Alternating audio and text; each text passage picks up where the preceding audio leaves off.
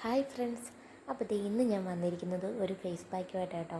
അപ്പോൾ അതിനാവശ്യമായത് തക്കാളി, അതുപോലെ തന്നെ മുൾട്ടാനി മിട്ടിയുമാണ്.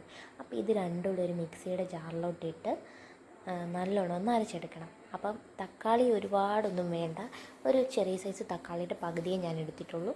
എൻ്റെ ഫേസിന് ഇടാൻ ആവശ്യമായിട്ടുള്ള പൗഡർ ഇട്ട് കൊടുക്കുന്നുണ്ട്. അപ്പോൾ ഇത് രണ്ടും കൂടെ വെള്ളമൊന്നും ഇടേണ്ട കാര്യമില്ല, കാരണം തക്കാളിയുടെ നീര് കൊണ്ട് തന്നെ അത് അരഞ്ഞ് കിട്ടിക്കോളും.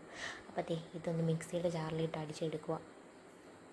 എന്നിട്ട് ഞാൻ ഇനിയിപ്പോൾ അത് നല്ല ഒരു ബൗളിലേക്ക് മാറ്റുന്നുണ്ട് കേട്ടോ. ഒരുപാട് കുഴമ്പ് രൂപത്തിലൊന്നും അരച്ചെടുക്കേണ്ട കാര്യമില്ല, അത്യാവശ്യം ഒരു തരിതരിപ്പുള്ള രീതിക്ക് എടുക്കുക. അപ്പോൾ ഇനി മുഖം നല്ലോണം ഞാൻ വാഷ് ചെയ്തിട്ടുണ്ട്. അതിന് ശേഷം മുഖത്തും കഴുത്തിലും ഒക്കെ ഒന്ന് ഇട്ട് കൊടുക്കുക.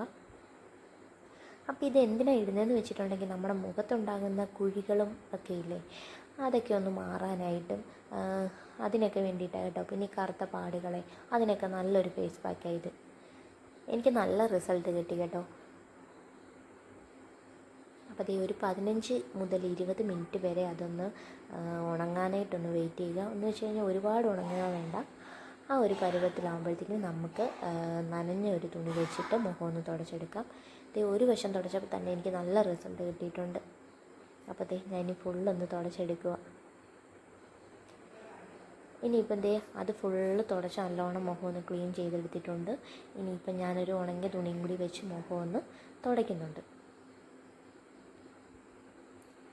അതിന് ശേഷം നമുക്ക് ഏതെങ്കിലും ഒരു മോയ്സ്ചറൈസർ നമ്മൾ ഏതാണോ ഉപയോഗിക്കുന്നത് അതിട്ട് കൊടുക്കാം. അപ്പം ഞാനിവിടെ ഉപയോഗിക്കുന്നത് പോൺസിൻ്റെയാണ്. അപ്പോൾ അതുകൂടെ ഞാൻ മുഖത്തൊന്ന് ഇട്ട് കൊടുക്കുന്നുണ്ട്. അപ്പോൾ നല്ലൊരു ഫേസ് പാക്കാണ്, എല്ലാവരും ഒന്ന് ട്രൈ ചെയ്ത് നോക്കുക. അപ്പം നമ്മുടെ വീഡിയോ ആദ്യമായിട്ട് കാണുന്നവരാണെങ്കിൽ ചാനലൊന്ന് സബ്സ്ക്രൈബ് ചെയ്യുക. അപ്പോൾ അടുത്തൊരു വീഡിയോ ആയിട്ട് വീണ്ടും കാണാം. അപ്പോൾ ടാറ്റാ.